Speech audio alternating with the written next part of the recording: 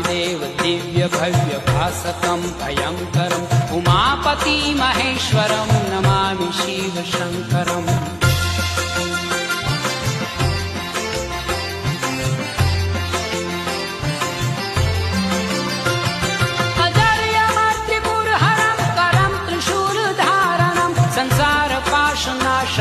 भवाब्धिपारकारणं भजन्तु सर्व शिव हरे सुरासुरं पुरन्दरम् उमापति महेश्वरं नमामि शिव